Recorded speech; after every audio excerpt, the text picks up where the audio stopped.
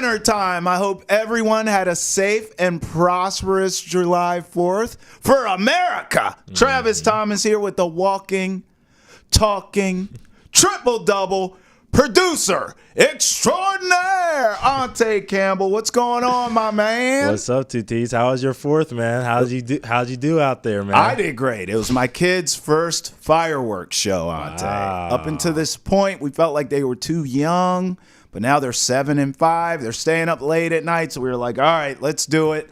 Let's make this trek. And they did a great job. Now, the ride home was a little challenging. After the fireworks, everyone's tired. It's been a long day.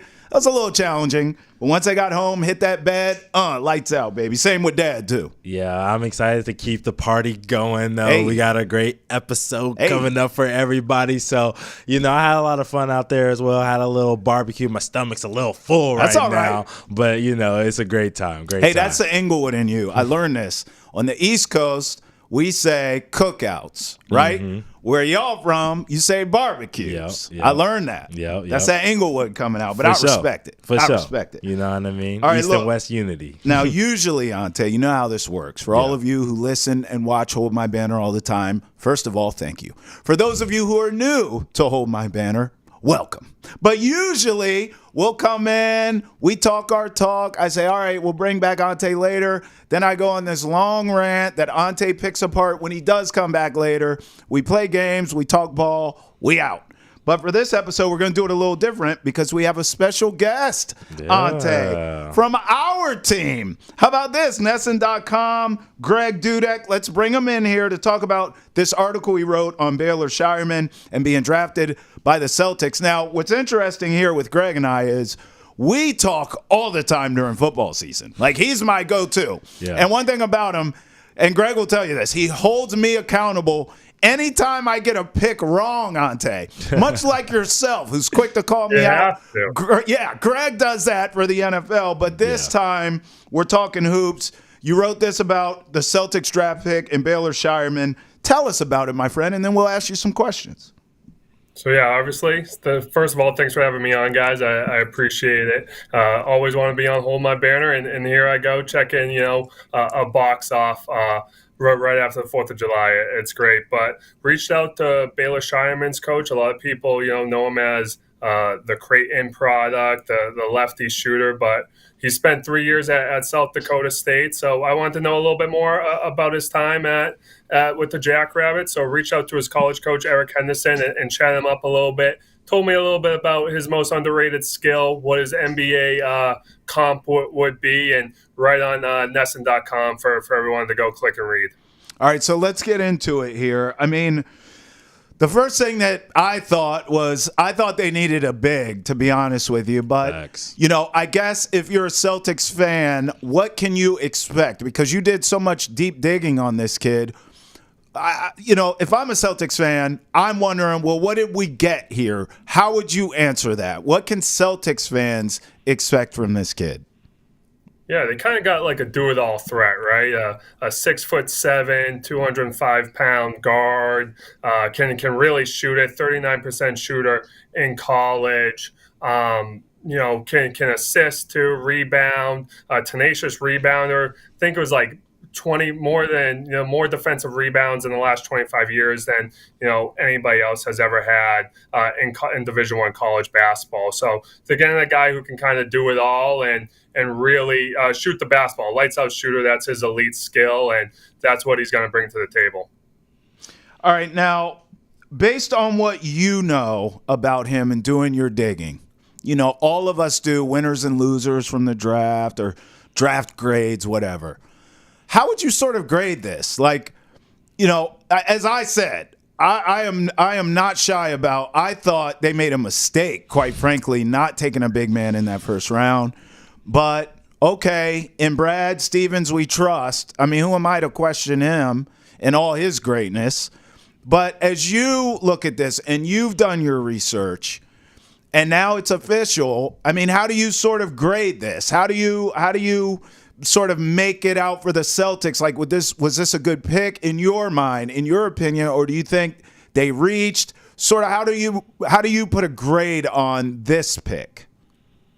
it's a little incomplete, right? But Yeah. I think when you're looking at it for where they were, it's Brad Stevens' first pick, in his era as president of basketball operations, first round pick, excuse me, since he's taken over for Danny Ainge and the Celtics front office. So I think it's a little incomplete because you don't know exactly what he's going to be able to provide for the Celtics going forward. Stevens has already said it's going to be tough for anybody we draft at, 30th overall to crack our rotation with everyone we're bringing back. But with what, the skills Shireman possesses Yeah. and to get them at, the end of the first round, I think right now you're looking at like a B. Okay. All He right. can shoot 39% career three-point shooter in college. Yeah. So he has, when you can get someone like Shireman who has at least one elite trait, at the end of the first round, which is kind of a crapshoot anyways, right? He's not a lottery pick, so his expectations are going to be much lower. You have to be kind of happy with it. So I'm going to go B for now, but more or less an incomplete because he's going to be spending a lot of time up in Maine in the G League, I expect. Sure. Yeah, that's true. And you brought up a good point that like he has some development to do. He's kind of like a strict great NBA skill that we know is going to translate quickly, which is his shooting. But what do you think the Celtics are kind of looking for in terms of his development in order for him to kind of crack this lineup? So yeah, I think for what they're looking for is, again, for him to kind of be more than a catch and shoot 3-point shooter. That's obviously going to be his bread and butter to start. And then I think also too have him work on his handle, work on his passing, which is something that he's also very good at. He's an underrated passer. But they're going to probably look to see him work off the ball, work on his defense. He's like kind of like a Sam Hauser light at the moment, right? Like he can shoot the ball really well. He can play, adequate defense. But teams, if he's on the floor, they're going to try to target him and pick on him and hunt him in matchups. GD, did I mention to you that I thought the Celtics should draft a big man? Did I mention that to you? I think it came up in passing. I was right there on the wave too. You look at their depth chart at center. It's like they need a guy. Porzingis is always hurt. Al Horford has a million miles on him. Right. They needed a center, right? Well, what's weird is draft night. I was screaming, Greg. I was like, they got to take Kyle Filipkowski. And I don't even like Duke, but he was on the board. He has a skill set. He really fits into what they do. And then, days later, we learn about some things. I'm like, okay, cool. But am I wrong? Like, it just feels like an area of need. Is there any part of you that just feels like they kind of dropped the ball here? I mean, there is a little bit, right? Because you look at, I think center depth is their biggest, need on this team, right? Yes, you got, sure. like we were saying, Porzingis is always hurt. Al Horford, like he could retire at any moment. He could have the wheels fall off. With him, you need to keep his workload down, especially in the regular season. You've seen that they've done that the past couple of seasons. He doesn't play back-to-backs anymore. And then you have Luke Cornett that they re-signed. You have Xavier Tillman that they re-signed. Neemias Quetta they brought back on a multi-year deal reportedly as well. So you have these guys, but it's like, wouldn't you want someone in a skill set like Filipkowski? Obviously, There's a lot of off-the-court rumors and stuff stirring up about him that maybe was their red flag that they wanted to stay away. But Filipkowski can shoot. We all know how much Joe Mazzulla loves the three-point shot. So I thought Filipkowski looked like a somewhat of a natural fit for them, a five who can space the floor. You know what Luke Cornett's going to give you. He's going to give you good defense, team chemistry guy, good locker room fit. But in the playoffs, he's not going to see the floor much. Kind of the same thing with Tillman. We'll see what Quetta can bring. But it felt like if they picked Filipkowski, maybe it was, again, more of a high upside pick. You're picking at number 30 overall. You don't know exactly what you're going to get the first 2 years, maybe this guy's going to be a main in the G League. Right. So I thought Filipowski could have been an option for them. It seemed like, looking at all the mocks, he was kind of a mid to like early 20s first round Yeah. pick, right? Yep. And for him to slip as far as he did, he was in the green room, and obviously that shot went viral of him afterwards. But Yeah. I definitely thought that there was a fit there, given the lack of depth at center. And it really revolves around Porzingis' health and Horford's age. Yeah. By the way, Jason Tatum on draft night tweeted that it was a mistake for all the. He obviously didn't key in on his team, but he said all these teams passing up on this kid is a mistake. But credit to Brad Stevens in this, though, and we understand it, guys. This team's so tight and so cohesive, and the chemistry's already there. Yeah. So if there are any red flags at all, rumor or otherwise, maybe Brad Stevens is like, yeah, it's an area of need. Yeah, this kid can ball. But if there's any question mark at all in terms of character or any of that sketchiness stuff, I'm not going to be a part of it, because I don't want to mess up the cohesion of this team and the chemistry of this team. How rare is it to have title teams, you both know this, where literally everyone comes back? It just doesn't happen. Guys are taking pay cuts to run it back with this team. So kudos to Brad Stevens for that. I guess, Greg, that's my way of saying I'm over it now, and I'm behind your guy, Baylor Shireman. If you want to check out the article, it's on NESN.com. By the way, Greg, you'll feel good about this. While we were talking on the Google machine, I Googled his name. The first thing that pops up, baby, NESN.com, college coach draws NBA comparison for Celtics draftee Baylor Shireman. That is SEO working at its best, baby. Let's go. Any guess on who his college coach said he was? Oh, as a comp? Who? A comp, yeah. Who? Any guesses? Who? Tay, you're the baller. You guess. Yeah, I don't even know. I want to say like like the ceiling, maybe like a Gordon Hayward or something like that. I like that. Oh, I like that. That would probably be a ceiling. He said Joe Ingles. Ingles, but I don't love that. He's also. You should have lied and said Gordon Hayward. Joe Ingles, and then Austin Ainge said Luke Kennard. So, but yeah, you can read more about what it. Not great, but hey, Jesus. 30th overall pick, I guess what you can expect. But yeah, you can read more about what his coach had to say on him on NESN.com. There he is, Greg Dudek. We love him. Can't wait till football season when you get on me about all my picks. Sure to go wrong, my friend. Appreciate Absolutely. you. Thanks, my guys. Appreciate it. Oh, Ante, I didn't love the player comp there. Oh, Joe Ingles, you set me up for that. Oh, man. Should have said Gordon Hayward. I liked your comp better. I know, right? Ingles has had a good career. I am hating. And Kennard I'm can not shoot. a fan. You just hate Duke. But like, you just hate Duke. I hate Duke. It always comes back to that. It always comes back to that, doesn't it? It always comes back to that. What do you think? I mean, look, Gordon Hayward is. Do you think that's his ceiling? That's interesting that you kind of threw that out there. Well, yeah, though. I was just looking at the height and the skill set coming out of college. You know what I mean? He's a real elite shooter, grabs rebounds, kind of feisty in that way. Older guy coming out of college. You know what I'm saying? So kind of looked at it that way as a ceiling. You know what I mean? A ceiling is always kind of a far reach, but we never know. You know, players, it's hard to do these player comps, you know what I mean? Because no guy is wired the same. No doubt. Well, look, we're a week away from the Summer League in Vegas. Yep. Before I ask you about teams or players you're looking forward to watching, have you ever been to Summer League? Because I've never been. I want to go. Yeah, so I've been a couple of times, actually. Okay. I've been more than a handful of times, and it's a special kind of experience. The NBA does a really good job, and it's really just like a hoop head experience. Like everybody who's there, you know, besides maybe some of the ladies, are there to really just see good basketball and really see the future of the league. Yeah. So it's an exciting time, and I can tell you, next Friday, I'm going to be locked in. I can't wait to watch.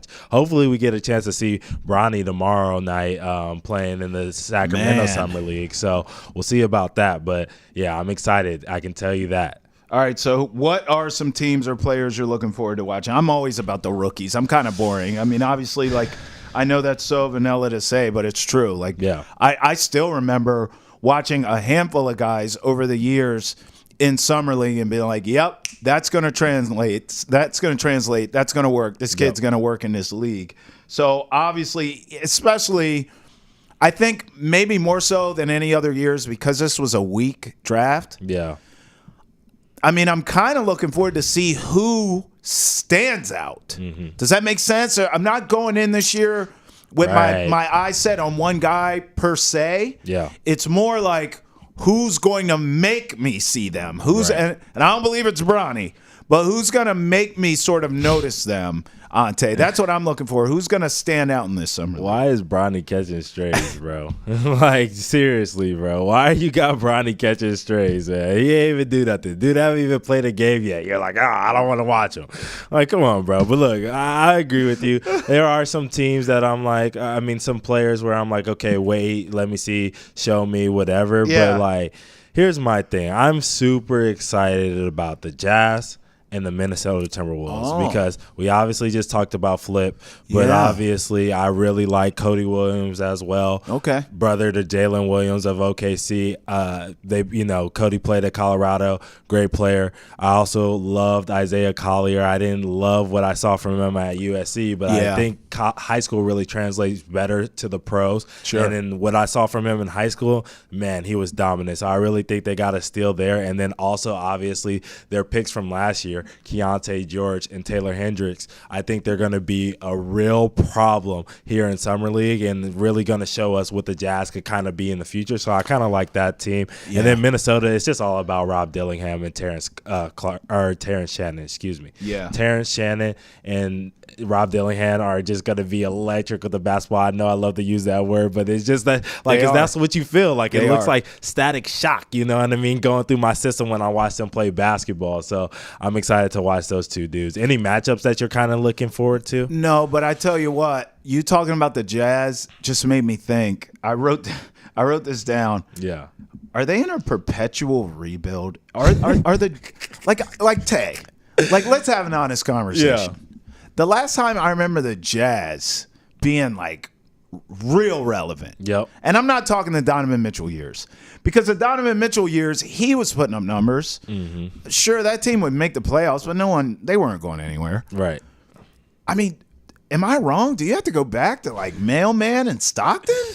Like, this team it feels like the Jazz or Karolinko. Did they make the playoffs with Karolinko? Like, this is a mess. They're always rebuilding. Would you want to play there? No, I wouldn't. Okay, so that's the point. Is that the issue? Yes. Well, then, damn it, man. Something needs to be done. Like, get out of there. Right? Go to a different city. I'm cool with that. Ship them out of there. Right? You ain't saying nothing that hurts my feelings. Can I ask you something? Yeah. Have you ever met a Jazz fan in your life? Like a diehard, I bleed purple and whatever. What are their colors? Purple and teal. Have you ever met like a Jazz fan? Like, I'm jazzed out, baby. I have. What do they even say? I have friends who have adopted the Utah lifestyle that are big Jazz fans now. They didn't grow up Jazz fans. Okay. But, what's actually funny about that is one of them is a Stanford fan, which I'm not a fan of. Right. I don't like the Stanford Cardinal. Yeah. And the other one is a Duke fan, which I know you're not a fan of. Listen. So it's just, we don't like those Jazz fans. Sorry to Jazz Nation, but we ain't rocking with y'all over here.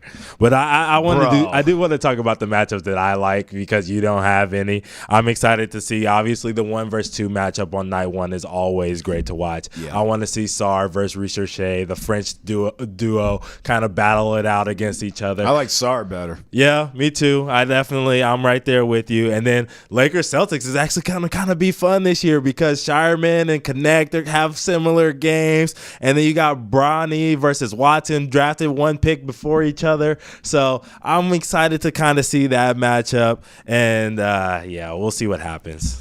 This is how I know there's a line of demarcation between our love for hoops. Yeah. Because when we are in season, I'm all in. These matchups in the summer league, I mean, just bring me a beer, please. I mean, by the way, between Joe Ingles and all the Duke talk, I just can't even recover from any of that. Before we move on, who do you hate more, Stanford or UT Austin? You hate them both. Man, You hate them that's both. tough. You can't just put me on the spot for my hate for Duke, and then I don't ask you an equally hateful question. I mean, we are an equal hate opportunist here. Yeah, USC losing that national championship game to Texas in the way that they did. Probably The Vince Young joint? Yeah, probably makes me hate them even more than I hate Stanford Cardinal. Wow. But yeah, it's close though because I love orange. Orange is my favorite color. So yeah, but it's like burnt orange. That's not the same. Yeah, that's my mom's favorite color, burnt orange. She always wanted a burnt orange motorcycle. Random facts from Monte. That's kind of gangster though. Yeah, it is. It is kind of gangster. Well, you know what we do here? Yeah. I mean, at some point, contract negotiations at Nesson are up, right? I mean, what you got to do, you got to negotiate a bag. We're not so getting you can show back up in the wood on a. Does she want like a ying ying or like a Harley? No, Harley. Okay, you show up chopper. in a chopper, yeah, burnt orange, and be like, "Mama, I made it. This for you." Yeah. I don't think she wants it anymore. That was more of a young mama type of move. I don't think she's. When you were young, she wanted one. Now you grown, it's gone. Yeah. All right, fair enough. Well, look, we're talking about all these youngsters in the league. We got to talk about Rookie of the Year. Yeah. Now, I'm going to tell you, on draft night, aside from screaming that the Celtics should draft Flip, I was also screaming, if you remember, Stephon Castle to the Spurs. I mean, Ante, I'm all in. Yeah. First of all, it's probably a little biased because I watched so much of him at UConn. Yep. Right? So I'm looking at him and I'm like, he goes there? Now, I can't stand Greg Popovich. I can't stand him. Yeah. I think he should have been fired 5 years ago. Yep. But he's just I'm going to go on this soapbox now. I can't help it. Here we go. He's so curmudgeon, and he's just so his whole act is stale to me. You can't talk to the media. You can't do the sideline interviews. You're too big for that. You can't and then let him go off on and tell you about his politics and how to vote and all that. I'm sick of Greg Popovich. Yeah. However, I say all that to say, one thing you cannot take, well, two things you can't take away from him. He's a great all-time coach. I can't deny that. Even though I think it's over and it's passed him by, he's a great all-time coach, so I do respect that. Yeah. Secondly, this guy can develop NBA talent. You go to Pop, he molds you, and when you're a finished product, whether you stay or you go, because we've seen people go too, you're a ball player. So I will give him that. So I look at Stephon Castle, who I watched dominate at UConn, now go to that team, and he has Fat Cliff Paul, who I think is washed, but we're just talking about run the offense dish. He can still do that. Yep. Castle, I believe, is going to be a scorer. He could do everything. And then, Wemby. I like what the Spurs are doing. I think Castle's going to benefit from playing alongside Wemby. Yeah. This one's tough for me, honestly. Just because of this draft class, and they have some issues. But I think I'm gonna go Ron Holland for the Pistons. Okay, and this is my way too early prediction, and I was running through the list of like the lottery because it's probably gonna be a lottery guy who ends up winning this race. Yeah. And there's just some issues, you know what I mean, with these other teams. And Alex Sarr is gonna be great, but the kid from Jordan Poole is going to be taking 30 shots a game. Kuzma's going to be taking 30 shots a game. You know what I mean? I don't really like that. In Houston, you got Reed Shepherd. Yeah. He's got a lot of guards in front of him. I'm not even sure he's going to start in that offense. Right. You know what I mean? Yeah, you got to get in the rotation. Klingon hasn't really played a lot of minutes in his college career, so I don't know if he's going to get a lot of minutes at the, in the NBA level at his first year. You didn't love where he landed. He went to Portland, right? Yeah. You didn't love that, you said. Yeah, I didn't really love the fit because they got Aiden over there as well. Yeah. And he's going to play a lot of minutes, and they kind of do a lot of the same stuff. You know what I'm saying? You like Castle, though?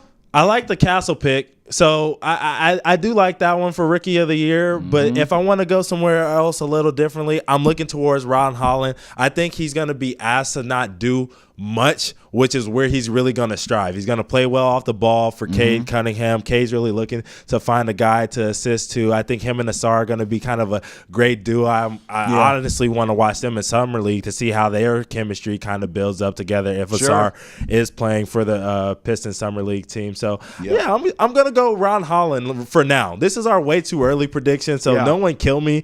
But I think this dude has an opportunity to really carve out a huge role with this Pistons team with a new head coach and everything like that. So I'm going to go Ron Holland. Let me stay local. Devin Carter with the Kings. Okay. Providence kid. Yep. Kind of feels like it could work too. Yeah. I remember on draft night thinking, man, that's a great fit. Some of this stuff, look, and you know this. Yep. You know this from playing on the Division I level. Mm-hmm. At that level, and I'm sure it's obviously a level up on the pros, everyone can play. Yeah. Sometimes it's the fit, it's the coaching, it's the personnel around you, it's the system that's run. I mean, I look at Devin Carter, the Kings run up and down.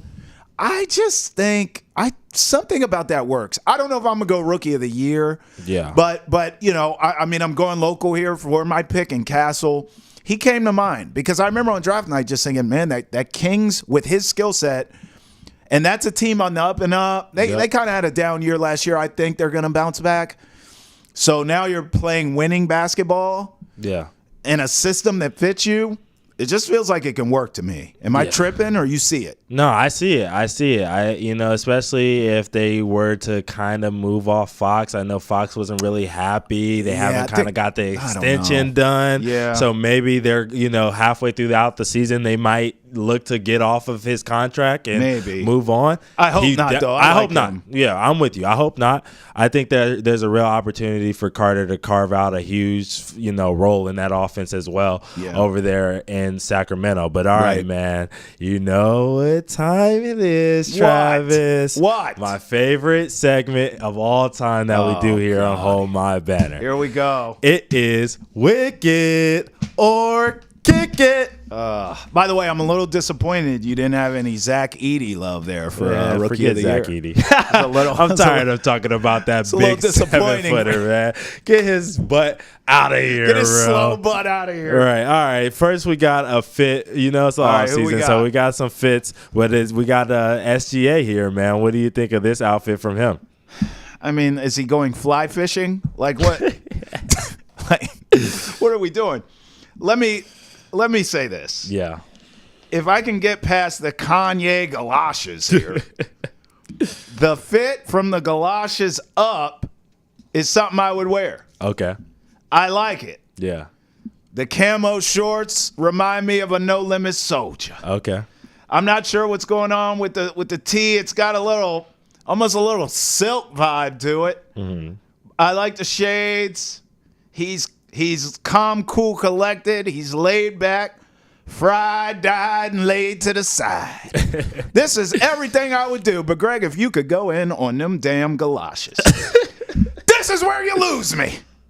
Now, if this brother had on some Timbs, I would say wicked. But because he has on these damn fly fishing galoshes, where you can go out and catch you a freshwater bass, I got to kick it. Ain't no way in hell I'd be caught anywhere, dead or alive, in these. And they ain't even zipped up. When he walked, that make all kinds of noise. Ain't no way he's sneaking up on nobody with these damn things on his feet. Them zippers loud as hell. Zip them up. Matter of fact, take them off. Burn them. Oh, man. I'm right there with you. I'm going to go kick it on this one because he looks like a Florida boy. Florida boy. This is what Beyonce and Destiny's Child was talking about when they said they needed a soldier. Right. This was not it. They ain't it. This is a Kanye West official fit, like you said. Terrible. It looks bad. Leave the Kanye fits to Kanye, SGA.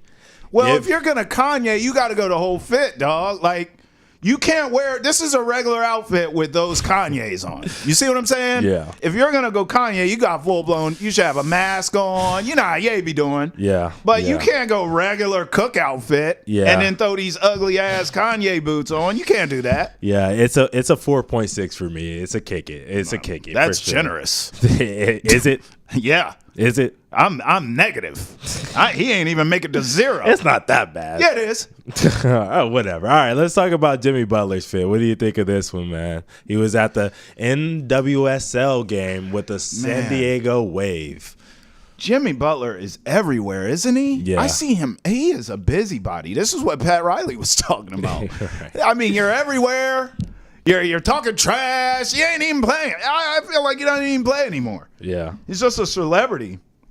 What's he at? San Diego Wave? Yep. NWSL? I mean, look, he is a wave. He is. I respect Jimmy. Yeah. I hate this outfit. I'm gonna be honest with you. But like it's Jimmy Butler. And so because it is him, it is his personality, this is how he dresses. Mm-hmm. It's very eclectic, it's very different. He might pop out on you wearing this, or he could go emo Jimmy, or he could like this is who he is. So for that, even though I think it's ugly and I would never wear this, it fits his brand. So I'll roll with Jimmy Butler here. I'll go kick it, but only because he's kind of built this brand. Yeah, I think this fit is just wavy. He was obviously with the wave. Is that a wave? It's Right. wavy. It is wavy. I love it. I love He's the pants. wavy. I love the pants, honestly. That's my favorite part of the fit. If we could take a look at those pants. Just like the flare at the bottom is so dope, and he's got the two beiges going on. And look at him. He's so cool. Look at him. He's talking to the two girls, but he's got his leg all propped up on the soccer ball. And look how happy, Greg, zoom out of this. Look how happy, they are to talk to him. Yeah. Look how cool he is. Nah, he's cool. He's just not even, he's just like, He's got Aura points for this. Aura plus 1,000 for this one. Facts. So I'm going to go 1,000 on this fit. I just mean, I ain't the giving him all is. that, but it is who he is. Look at them. Yeah. They are enthralled. Yes, and they look are. how cool he is. As they should be. Look how cool he is. He's great. You know what I mean? He's like, you ever been to Miami, girl? Yeah, the weather is better than San Diego. Where is he going to end up? Ooh, that's a good question. Where is he going to end up? I don't even want to talk about that. I don't know. I don't want to. I want to see him leave the Heat because it's probably about time. Yeah. But like, dude, you done ran yourself out of all the great teams that are in the NBA, basically. Yeah. So it's like, what is he going to end up in a Lakers jersey? Do we need to be a Lakers fan that say, oh, he's going back to the Lakers like everybody else? Is him and Thibs' relationship good or bad? Could he end up in New York? Bro, do we want? I'm just saying. We already seen him want to leave a Tibbs team before. That's what I'm saying. What's their relationship? Twice. He left them twice? Twice. He In left them Chicago, twice. too. Yeah, bro. Bro, I don't need any more mileage. Yeah, so that's him. done. He's burned some bridges, Ante. Yeah, he definitely has. But all right, let's talk about his Heat teammate. He had another fit on. Terry Rozier, man. What do you think of this one? This is an old man fit. Can we get this full, Greg? You know what? I'm going wicked here. Oh. This is you know I always say like the uncle on the grill? Yep. This ain't the uncle on the grill. But this is an uncle who shows up to said cookout. Now, uncle on the grill, we've gone through this outfit. Yep. He got the jorts, Crocs. He's smoking a Black and Mild. He smelled like liquor. Yep. But his burgers is hitting. Terry Rozier's the uncle that pulls up in the drop top, but it's old school. It's not like a new. It's like a IROC Z with. It's like T-tops. Yeah. He pulls up. He gets out. Girlfriend pretty. He pretty. He walks up wearing this fit to the cookout. Talking about where can I get a plate? He pulls up. Everyone sees him. Kids are outside hooping. Your auntie and them sitting on the porch. He pull up and his IROC Z is clean, armor all down. He probably playing some OGs like some Isley Brothers.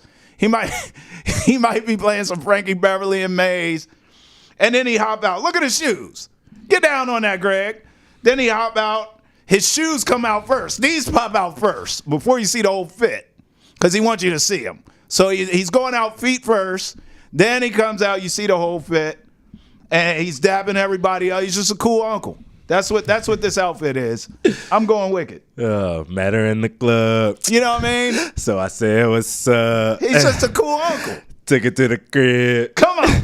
And you know yeah, tooted him. No, I'm just playing. He's but a this cool is a uncle. YG400. It's very West Coast. Type of fit. So I'm rocking with it, bro. I know you're giving him all the, the uncle vibes, but he really looks like YG in this photo. I can't lie. He could be the YG uncle.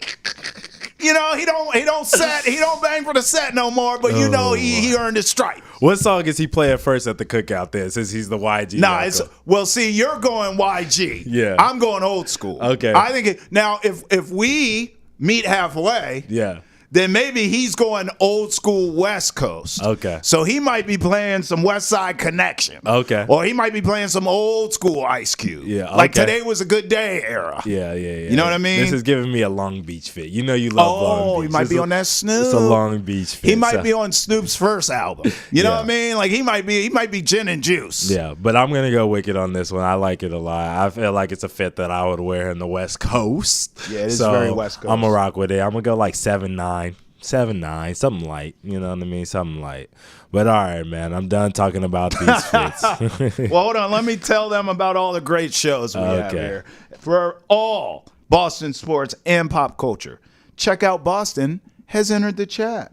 Tune in on Nesson's YouTube, Facebook, Twitch, wherever you get your podcasts. And, very important, make sure you follow us on all your social media accounts for all of our best content. So, look, we've watched all this money being passed out to all these players. Hell, here in town. I mean, are you kidding me? Jaylen Brown, Jason Tatum, Derek White, the whole team's paid. Everybody on the team is paid. Let me hold $1. Right. And then we're seeing mediocre players in this league get the bag. Yeah. Okay? So it's only right, my friend, that we go down, take a trip down memory lane. Let's just round it to 3 because we could be here all day. We got other topics to get to. Mm-hmm. Let's go the 3 worst NBA contracts you've ever seen in your lifetime. If you want, let's go band for band. You go with that? We can go band for band. We can go band for band, or we can go M for M. Let's go band for band. Whichever one you want to go. But all right, I'll start off with one that I watched as a kid, obviously. And being around LA, I obviously would pay attention to what the Lakers were doing. Of course. And at the time, Timothy Mozgov, this was a bad contract. I remember. The one that was worse is Lou Alding. Oh, are they still paying him? No, they're finally done. Bro. Finally. But they paid him 4 years, $72 million to come play for the Lakers. For nothing. In year 1, he played 1 game. 1 game for the Lakers. Then he was traded. He was traded to Minnesota after he played a season with the Lakers, or 2 seasons with the Lakers, essentially. Golly. And then, he retired, but the Lakers still had to pay him. In order to come to an agreement, they gave him back $7 million. Oh. And then they deferred the $15 million. He gave back money. He gave back $7 million during the negotiations. And then the Lakers still had to pay him $15 million for 3 years after he was done playing basketball. Oh, that's wild. So he gave the Lakers 1 year, 1 season. In the second season, 1 game. And then that was it. He fleeced them, bro. Fleeced them for money. What about you? I'm going Bradley Beal. I covered this. I knew you were going to say this. I feel like I was the only guy in town. It's too early to tell, Travis. He's still in the contract. No, it's not. You're doing what I had to deal with in town. Yeah. I was in DC at the time. Yeah. I was the only person in the media saying, "Don't do this. You just made this mistake with John Wall. You're going to give this guy all this money." They paid him anyway. At least they got rid of it. Yeah, but you don't think they're still paying money? I mean, the Suns are, I guess, picked up some of the tab, but I'm sure the Wizards pay. By the way, 5 years, $251 million for Bradley Beal. Ew. What has he won? What has he led you to? What does he do? Yeah. I mean, he shoots well. He's a decent scorer. Yeah. He is atrocious at the end of a game. He's not some great defender. What are we doing? Yeah. 5 years, $251 million. Everyone yelled at me and said, "You're an idiot. He's a franchise player." Yeah, okay. He's not even in the city anymore. He's not even on the Wizards. This one you definitely remember. And I was 4 years old when this happened. But in 2000, when the Orlando Magic gave Grant Hill 7 years, I know. $93 million. Okay. No. Listen to me, Travis, because you do all of this about Ben Simmons. I saw what you did on the chat the other day about Ben Simmons and how he fleeced the 76ers. So, no, Grant Hill fleeced the Orlando Magic. 7 years, $93 million. Through the first 4 seasons, he only played 47 games, Travis. 47 games. And then on top of that, he almost passed away from a staph infection from trying to fix up that ankle. I don't remember that. He only gave them 2 healthy seasons. One, he was an all-star. Great. Got that out of you. The second one, he was 34 years old and washed up. All right. Let me defend Grant Hill. Slightly. Because you brought up Ben Simmons, who's actually number 1 on my list. We can just go there next. But Grant Hill cared. Grant Hill earned stripes in Detroit. Nope. We're talking about Orlando. I know. I'm just saying. At least, I kind of get why he got the money. It was a mistake, no doubt. But he cared. Ben Simmons, on the other hand, 5 years, $177 for what? I mean, bro. I don't even think bro likes basketball. Yeah. Which is a problem. Yeah. He's a problem. That's the biggest fleece to me. Give me another one. I'm going to give you my last one really quickly. Right. We're running out of time as always. Yeah. Gilbert Arenas, the 07 contract, 6 years, $111 million. He played in his first year, he only played 2 games because he was coming off of an injury. Yeah. Then he comes back. He plays 8 games in the second year. Yeah. Then he goes back in the third year. He's finally back, playing well, 32 games in. Then he wants to, flash weapons with Javaris Literally. Crittenton. Yeah. And then gets traded. Yeah, dude. Awful contract for them. I'll tell you this from experience because, I was down there. That franchise has never recovered, ever. I'm going to go Allen Houston with the Knicks, 6 years, 100 M's. I mean, look, he came in. He was supposed to be the guy. He's New York and all that, and it just didn't work out. He was a solid player. He wasn't terrible, but he didn't live up to that New York Madison Square Garden and certainly that bag hype. All right, let's talk WNBA All-Star Game. Yep. Teams are announced. Any snubs? Are you happy with the teams? Were you shocked by anything? Yeah, I think I was definitely shocked by the fact that Ezzy wasn't really a part of this team. Yeah. She's been great for the Seattle Storm. Amazing. I'm gonna talk about the surprises that I had. Okay. But there was just no love for defense in the All-Star Is that surprising to you? committee. Yeah, it is surprising because I think her scoring dropped a little bit because they added Diggins, they added Nekia. Yeah. Obviously, that's gonna happen. But it's her career high in rebounds. She was on the All-Star team last year. She's career high in blocks as well. Right. So it's yeah, obviously her scoring's going to drop, but we'll talk about it a little bit. The Fever got three girls in to this team. How do they get 3 in? But then the Storm and the Lynx only have 1, even though they're 3rd and 4th in the WNBA. The Sun only have 2. I thought the Sun should have more. Yeah, what do you think? I mean, look, I don't know. You could be right. I'm not shocked that defense was not a premium here. I thought, speaking of defense, I thought Kennedy Carter kind of deserved it. 15 points per game. I just watched her drop 26 points the other night. Maybe I'm a prisoner of the moment here. But I don't know. Then I look at the roster. I'm like, well, who would I drop for her? Probably no one. Yeah.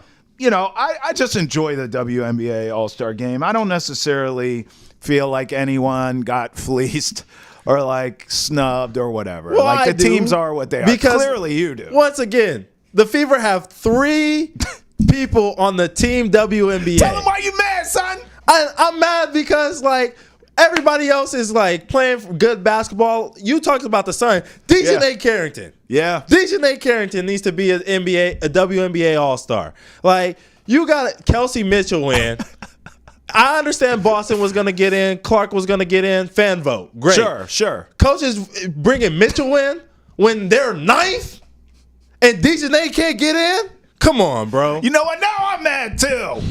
Loud noises. Ante Campbell, everyone. Give it up for him. Thank you, sir. Man. Thank you. Great job as always. We love you. Look, I want to close it with this. I'm sorry. I got to call it how I see it. LeBron James deserves credit. He is running the Lakers like an LA mob boss, and I'm here for it. First of all, King James gets a 2-year, $104 million extension after saying, I'm going to take a pay cut to get me somebody to help. Oh, no one wants to come here? Cool. 2 years, 104, no trade clause. Check. Then I need Bronny to come with me too. Draft my son. Okay, LeBron, anything else? Yeah, check. I don't like this coach. Get me my man, JJ Redick. We do a podcast together. That's the interview. Okay, Bron, check. I mean, he's doing this in LA. This is one of the biggest media markets in the world. Tip of the cap to you, LeBron. I know you're getting a lot of hate right now. I ain't hating. I'm congratulating. For all of our best content of the day, make sure you follow us on Facebook, X, Instagram, YouTube, and TikTok. For Travis Thomas and Ante Campbell, hold my banner. Till next time when we hold it again. Peace.